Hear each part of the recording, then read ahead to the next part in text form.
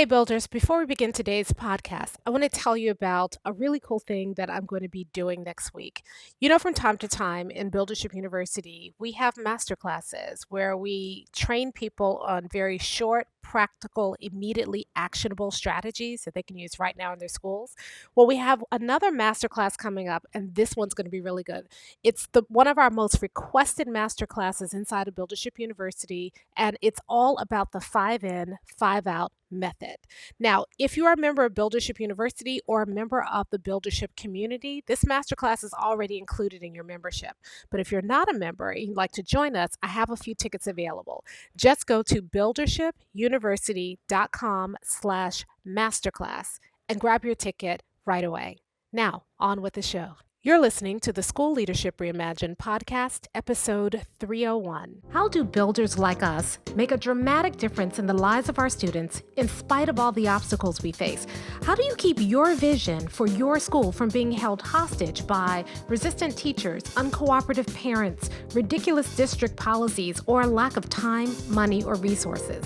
If you're facing those challenges right now, here's where you'll find the answers, strategies, and actionable tips you need to overcome any obstacle you face.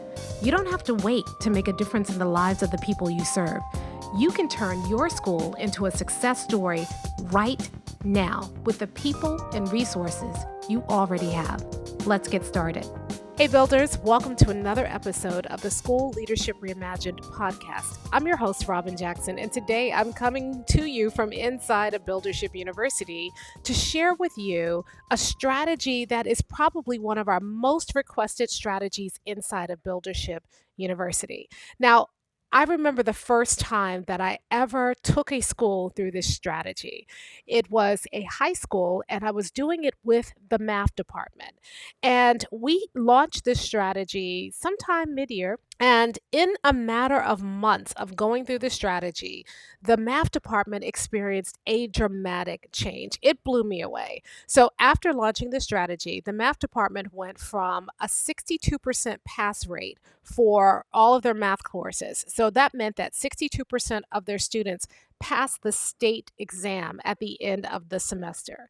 And in one semester, they went from a 62% pass rate to an 85% pass rate just from using the strategy. Now, I knew the strategy would work. I just didn't think it would work that well that fast. And since then, every time I take a school through this strategy, they experience the same kind of dramatic results.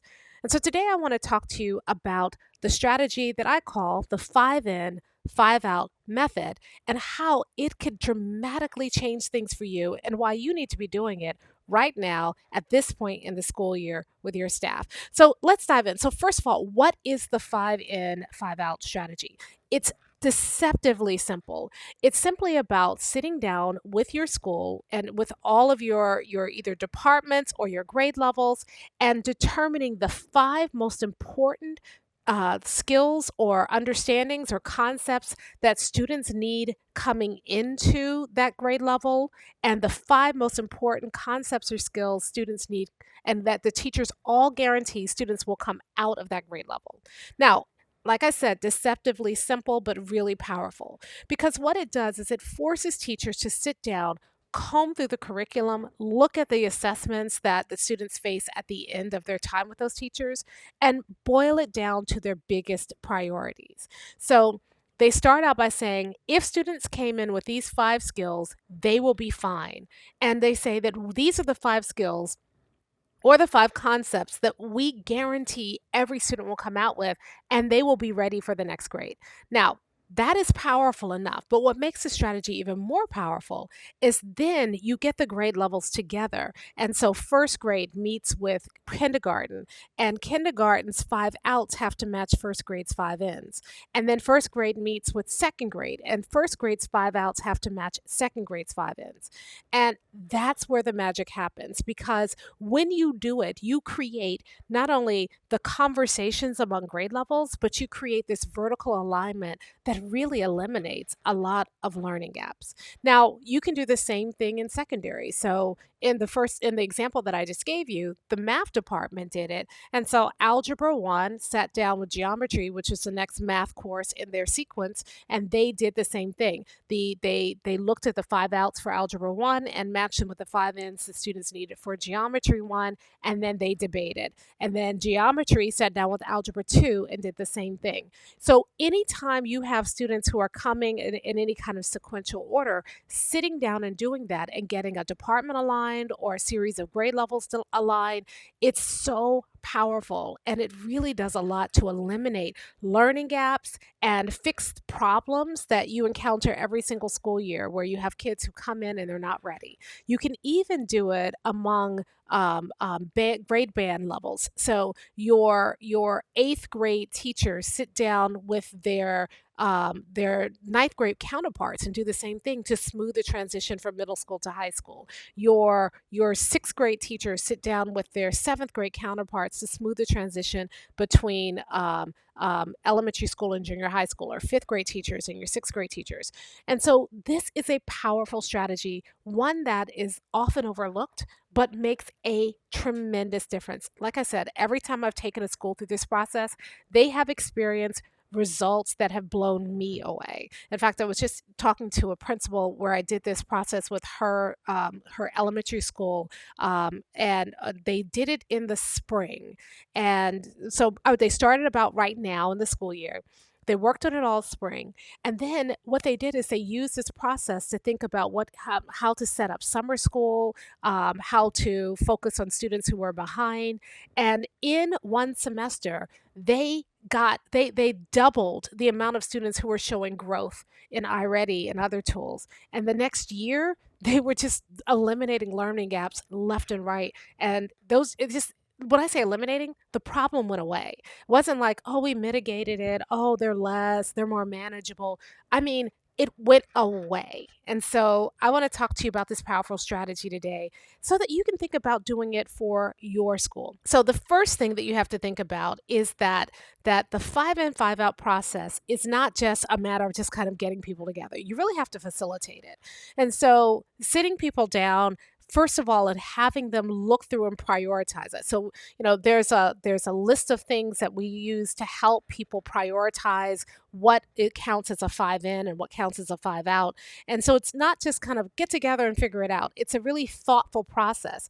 And that thoughtful process does a couple of things. One is that it gets your entire staff talking about the curriculum and talking about what really matters. It helps people understand, why am I teaching this? What is the outcome that we're really looking for?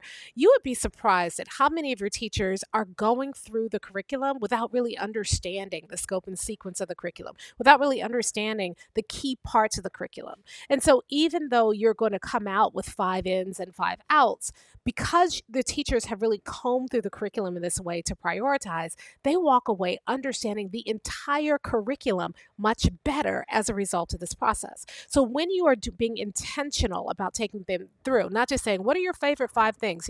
That's the danger, right? If you just get people in a room and you just say, hey, let's do 5 ins and 5 outs, sometimes people start debating about what their favorite thing is or what the pet peeve is, rather than being very intentional and using the curriculum guides and using the assessments as a guide. So you have to be intentional about guiding people through the process. But when you do, people walk out understanding the curriculum better, understanding the standards better, understanding how one thing leads to another better in a way that they didn't understand before. And not only that, instead of having teachers operating in silos, you're having teachers have conversations with each other. So one of the things that I hear the most is that teachers often say, well, if the teacher before me had taught them these skills, and I wouldn't waste all this time reviewing all this stuff when I can't even get through my curriculum because the kids are so far behind.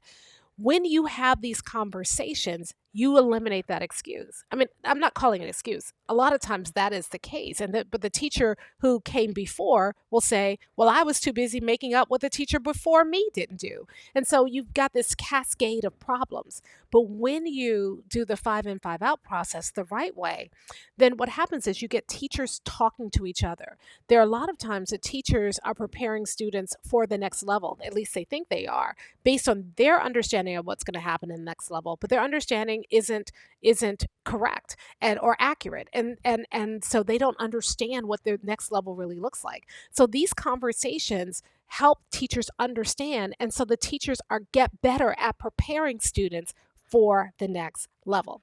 So what happens is when you have these conversations, you eliminate learning gaps before they widen. So a lot of times you have misalignment among the grades, and that misalignment leads to even greater learning gaps. So students already come to you 2 or more grade levels behind. Then if you don't have this vertical alignment, not only are they going to stay stuck with those learning gaps 2 grade levels behind, they may even widen. They may leave you 3 grade levels behind, despite all of your best efforts. But when you create this alignment, you eliminate learning gaps so that you can spend your time helping students overcome the gaps that they came with without creating new ones. And the second thing that you do is that you ensure that students are consistently prepared. So you don't have the need for extensive remediation. One of the strategies that I really love when the 5 in, 5 out is that once you've identified that, you've done not only just kind of identified what are the key priorities, but you've also identified what are the key things to remediate. Because remember, if you have identified these are the 5 most critical skills students need coming into a grade level or coming into the next level, then you can remediate and focus on remediating those 5 skills so that you can quickly get students ready for the next level. You know what they are. Teachers aren't guessing about remediation or trying to remediate everything. Those 5 ins are the only things that you're focused on remediating. And then when you are going through the grade level, the 5 outs are the things that you are focused most intensively on supporting and remediating and ensuring that students come out with. That way, you know the kids are set up for the next grade level. All right, second thing that the 5 ins, and 5 outs do is that it really reduces teacher overwhelm and it clarifies priorities. Right now, your teachers are trying to teach everything. And so they're spending a lot of time working their way, slogging their way through the curriculum. And as a result, there are a lot of critical things that may get glossed over or they may never even get to because they're so busy giving everything the same amount of attention. And you've heard me say this before, when everything is a priority, nothing is. But when you do 5 ins, and 5 outs, you help teachers understand the most critical components of their curriculum so that they don't waste time, paying attention, the same level of attention to something that isn't as important as they do to the things that are most important. And so teachers don't feel as overwhelmed. You simplify things. I remember during the pandemic, we had a builder whose teachers were really overwhelmed by the curriculum. And what she did is she said, let's just focus on the 5 ins, and the 5 outs, especially when they were teaching online and trying to scramble to create materials. Let's not focus on anything but the 5 ins, and 5 outs. As a result, her school was one of the only schools in her extremely large school district where the students didn't have learning loss. In fact, they gained. During the pandemic, she quintupled her math scores and doubled her reading proficiency scores in the pandemic because her teachers were focused on the 5 ins, and 5 outs. So while all the other schools around her were showing learning loss and showing bigger gaps, her students were making gains. And it was because her teachers focused their efforts on the 5 ins, and 5 outs. And not only did that help her students, it helped her teachers because, you all remember how overwhelmed everybody was during the pandemic and how almost defeated a lot of teachers felt because online learning was very different than in-person learning and they didn't feel like they could give the curriculum the attention that it needed. Well, her teachers felt pretty confident going into that online learning situation because they understood the 5 ins, and 5 outs and they just focused on those. So when your teachers feel pressured to cover too much, 5 ins, and 5 outs can eliminate that and eliminate the burnout that comes with that. And then also, when your teachers are focused on the most critical skills, they can see gains and growth with their students, especially if you have struggling teachers. Imagine a struggling teacher trying to master the entire curriculum. Do you know how overwhelming that is and how impossible that is in the middle of the school year? But if you had five ins and five outs, you take that and work with your struggling teachers on helping them master the five ins and five outs, which is more doable, and you can see greater progress from that. So this five ins and five outs doesn't just help you prioritize a curriculum for the kids. It really reduces overwhelm and burnout for your teachers. It helps you to really focus your coaching and support with your struggling teachers. It helps your best teachers to get more creative and feel like they can have more freedom, because as long as the kids are mastering the five ins and five outs, it gives them some latitude there. And you can trust that every single classroom is focused on the right work, even when you're not checking. You see, this is one of the things I love about five ins and five outs the most, is that it becomes an agreement. And you've heard me talk about the difference between running around and holding people accountable and setting expectations versus creating agreements with your staff. Because your whole staff is involved in the five in and five out process, like you're not going to go in and give them their five ins and five outs. They have to go through that process. They're learning the curriculum. They're debating with each other. They're working and teasing everything out. They own it. And when they own it, remember, people don't tear down what they help build. So once they build it and own it, they will do it. And they get why they're doing it. And so you spend less time chasing, checking, and correcting, making sure everybody's, on the page 34, on day 34 of the curriculum and pacing guide. And instead, you can trust that what's happening in the classrooms is really happening. What you expect to happen in classrooms is really happening. I also love five in, five out because it's a great mechanism for building PLCs, and for doing co-planning, because if you've identified the five ins and five outs for every subject and every grade level, then when your teachers get together and co-plan, they have a focus. They're not just kind of saying, okay, what are we going to do Monday? Who's got a lesson? No, instead, they can build some really powerful lessons and powerful assessments around the five ins and five outs. And then they can get latitude to do their own thing around some of the other stuff, which gives the accountability to make sure that kids are all getting the curriculum, but also gives teachers room to be creative around other parts of the curriculum. So co-planning, focus only on the five ins and five outs. Common assessments around the five ins and five outs, looking at student work around the five ins and five outs. So instead of trying to do it for everything, you can create PLC protocols and work around the five ins and five outs that really give your PLCs focus. All right.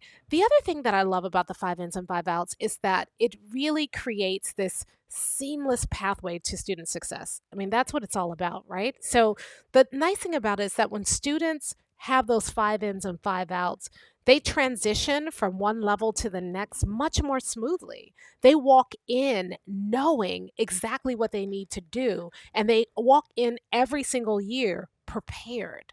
I love that.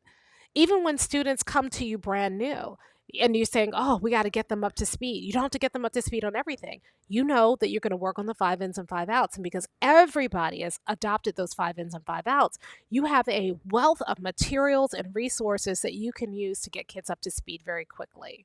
And I love that these clear priorities means that teachers can focus on kids. If I know the five ins and five outs, and I'm always watching and monitoring where our students are with regard to those five ins and five outs, fewer kids fall through the cracks because I'm always constantly looking for where they are. I recognize the signs that a student doesn't have the five ins and five outs yet, and then I can intervene. And because they're so simple, I have clear interventions at the ready. I don't have to go make them up. I have them at the ready so that as soon as a student shows me that they don't know the five ins or they're not mastering the five outs, I can intervene very quickly and get them back on track very quickly. And I know at the end of the school year that even if they don't have everything, they have enough to be successful at the next level. Now, one of the most unconventional benefits of the five ins and five outs, one of the ones that's not as obvious, is that when you do this, you start transforming your culture. Right now, many schools have people in silos, their cliques, their groups. people are not working together. I know you probably have PLCs, but if you go into most PLC meetings, they're either compliance exercises that everybody resents, or it's a parallel play moment where everybody's doing their own thing, but just in the same room, or it's a gossip session because we don't really do a good job of structuring PLCs. And at some point, I'm working on a masterclass on setting up PLCs that will you'll I'm going to be rolling out in the next couple of months. So stay tuned for that. I'm going to talk about PLCs, but we don't have people working together. But when you create the 5 ins and 5 outs process, you naturally create a place and a space where teachers are starting to collaborate more. They're starting to work together. It breaks down silos. It creates more opportunities to collaborate around goals, to collaborate around materials, to co-plan together, not just within a grade level or subject area, but among and in between grade levels and subject areas. Think about what you're doing when you do 5 ins and 5 outs. If you look at a lot of teacher evaluation instruments at that highest level, whatever that is for you, highly effective, master teacher, whatever that level is for you, a lot of times the difference between somebody who's proficient and somebody who's masterful is that not only that they are great at teaching their content, but they're great at making interconnections among different levels. And so when you do the 5 ins, 5 outs process, you are building master teachers. You are showing teachers how to naturally create connections between one level and the next. You get teachers talking to each other and learning from each other. Teachers who may be stronger in one area will naturally begin to support teachers who are still struggling in that area because we're all collaborating around something very simple. And when everybody understands the priorities, this is one way that you get your entire staff aligned around the work that matters most. I've been talking a lot about staff alignment lately because people are really struggling to get people aligned. And one of the reasons that I think people are struggling to get people aligned is that so many of our systems in our buildings don't foster alignment. We tell people to plan and then they plan individually. And then we put them in a room together and say, you need to co plan. But it sometimes feels competitive because everybody has a different priority. I really want to focus on this piece, and this person wants to focus on this piece. So when I co-plan, a lot of times I feel like I have to give up the things that I want to do so that I can do this thing that this other person wants to do over there, and it feels like a lot of compromise. When you have 5 in, 5 outs, you don't have that because once we agree on that, co-planning becomes a lot easier because we are all understand the priority. So you start to transform your culture. You start to create more staff alignment. Teachers start to see themselves as a unified team. There's more trust. The morale increases. You even start to see more teacher retention because teachers like working together. The school really starts to feel like it's running like a finely tuned machine. Now, I have to warn you, the process itself, you have to tolerate some debate. Like the first time I did this with that math department way back in the day, they almost killed each other. I mean, they got in and they were just debating about, because the nice thing about the 5 ins and 5 outs, it's not 10, like it's not 20, it's not 15, it's not 7, it's 5, which means that especially as they get closer to finalizing their 5, there were some heated debates going on. And you have to create an environment where it's safe to do that. But the the heated debates weren't personal. It was really about the curriculum, and that's what made it so powerful. And at the end of those debates, they came out of those debates agreeing. It wasn't like they beat some people down. They talked about it. They fought about it. They, if you facilitate it the right way, there's a process for it. But if you facilitate it the right way, you can get that healthy debate without people walking out mad at each other. And it took them 2 months, right? So this isn't like a process that you can do in a staff meeting. This is an ongoing conversation if you really want it to be meaningful. But at the end of that 2 months of meeting, every other week and talking about it, they walked out clear about their priorities, to the point where other people would come into the department next year and say, well, I want to do this. And like, no, no, no, no, no, no, no. This is what we're going to be doing. And here's why. And they could explain it. And so they started to onboard other people to the process. And so that it was very clear and it worked. Not only that, but once they finished, the conversation didn't stop at, okay, these are our 5 ins and 5 outs. Congratulations. Then they started rethinking, okay, if these are the 5 ins and 5 outs, Do our assignments align with these? Do our assessments align with it? So the next thing they did is they rewrote their assessments. And they also adjusted their assessment policy because once they had the five ins and five outs, they said, okay, when students first come in, we need to do an assessment right away to see where they are in the five ins. And then the first several weeks of school, we're going to focus on making sure that we bolster those five ins. So it changed the way that they worked through the curriculum. The next thing they did is they started doing cumulative assessments. So as soon as they taught one of the five outs, they would include a question on every single test going forward on that five out.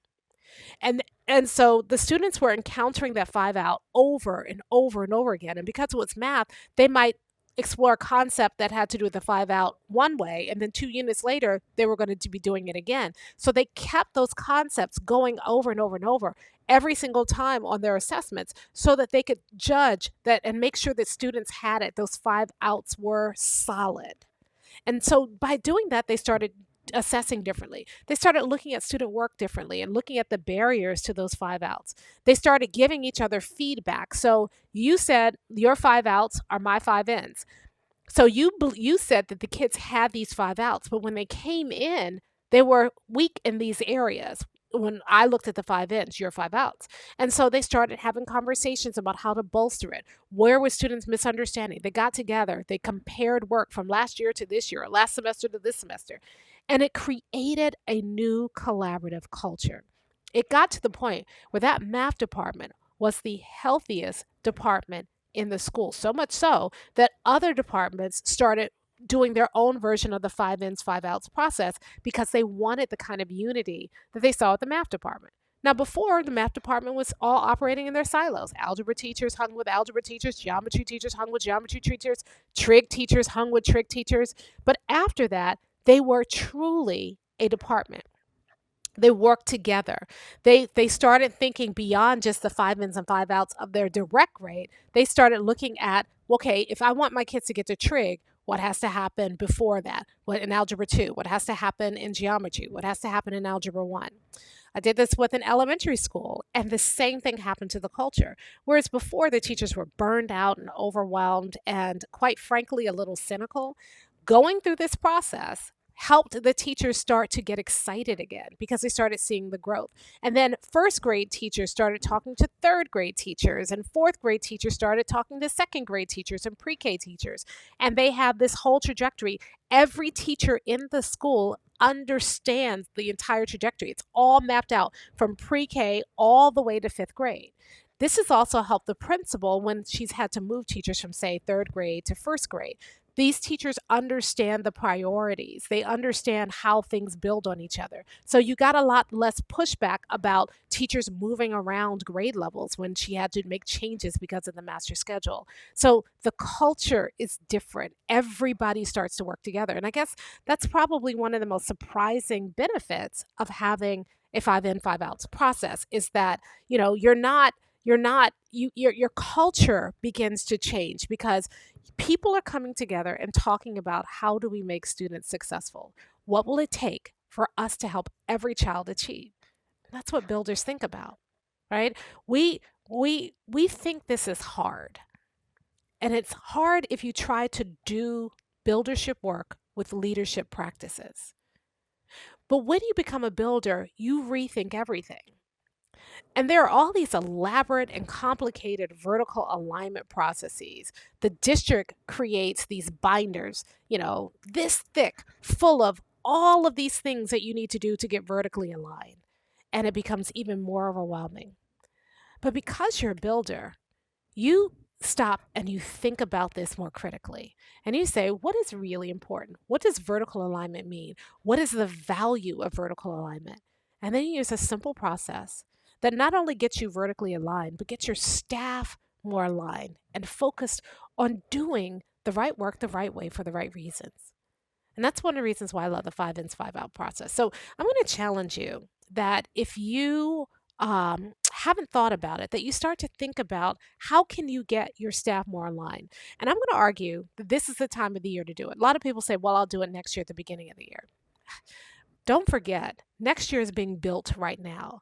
And if you take your staff through this process during the spring, they leave clear about what they need to do in the fall. Not only that, you have some immediate benefits because they're thinking about the curriculum. You're getting ready for testing. They understand the curriculum better. There's so much that they can do so that you're not cramming for testing that really helps them deepen their understanding of what is really critical and important.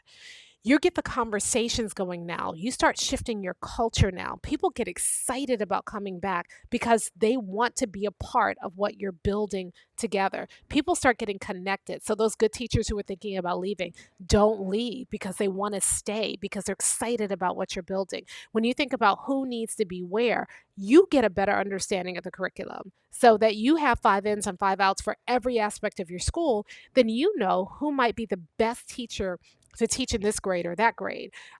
Doing it now also helps you and your staff to build something that you can think about for summer. So if you're doing any kind of summer boot camp or you're doing any kind of get ready for the fall kind of thing with the students, then your 5 ins and 5 outs creates the curriculum that you need to do for summer help. It also helps you all think about, okay, where are students, what haven't we done, and what do we, so you can still make sure that you get those, at least those 5 outs done before the end of the school year so that you eliminate learning gaps going into next school year. So I want to challenge you that if you haven't thought about doing something like this, that you seriously consider doing 5 ins, 5 outs before the end of the school year. Now, if you're listening to this in real time, I'm doing a masterclass inside of Buildership University where I'm going to give you my whole 5 in, 5 out process, from how to set it up to each step for how to facilitate those conversations, to templates that people can use to fill out to create their final 5 ins and 5 outs, and your whole entire 5 in, 5 out plan. You also get a quick start guide. I mean, I'm just going to give you everything and talk you through it so that you can implement this process in your school. Now, if you're a member of BU or the Buildership community, this was just a part of your membership. And if you can't make it live, we'll get you the replay. If you're not a member of BU and you want to join us for the masterclass, we have a couple of tickets available for people outside of BU because this is so important. I want to make sure that you get access to it. So you just need to go to to buildershipuniversity.com/masterclass. buildershipuniversity.com/masterclass. Get your ticket. It's happening pretty quickly, so make sure you go ahead and grab your ticket to join us for the masterclass and get the whole, we're going to just give you everything, the playbook, the templates, the tools, everything to be able to set this process up in your school. That's it. That's all I got. I'm so excited that we are finally getting to this 5 in, 5 outs. People in BU have been asking me to do this for a while. It's one of the most powerful strategies that nobody's doing. And I don't get why, because it's so simple. It's so straightforward. When you do it right, it has so many benefits that I am encouraging you strongly to spend some time investing now so that you can set up next year to eliminate those learning gaps and be perfectly vertically aligned in the fall like a builder. I'll talk to you next time. Hey, if you're ready to get started being a builder right away, then I want to invite you to join us at Buildership University. It's our exclusive online community for builders just like you, where you'll be able to get the exact training that you need to turn your school into a success story right now with the people and resources you already have. Inside, you'll find our best online courses, live trainings with me, tons of resources, templates, and exemplars, and monthly live office hours with me where you can ask me anything and get my help on whatever challenge you're facing right now. If you're tired of hitting obstacle after obstacle and you're sick of tiny little incremental gains each year, if you're ready to make a dramatic difference in your school right now, then you need to join Buildership University. Just go to buildershipuniversity.com and get started writing your school success story today.